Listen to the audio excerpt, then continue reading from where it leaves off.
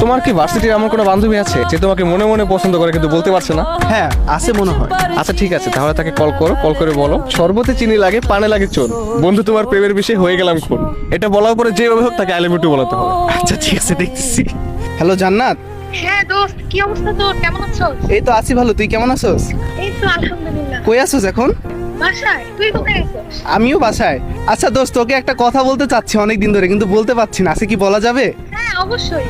আচ্ছা তোর জন্য আমি একটা ছন্দ লিখছি। ছন্দটা হচ্ছে শরবতে চিনি লাগে পানে লাগে চুন, বন্ধু তোমার প্রেমে বিষে হয়ে গেলাম খুন। আই লাভ ইউ দোস্ত। ভাই তুই কি মজা, তুই কি ফাইজলামি শুরু করছো? না সিরিয়াসলি বলতেছি, আমি ফাইলামি করতেছি না। কিছু খাইছস মামা?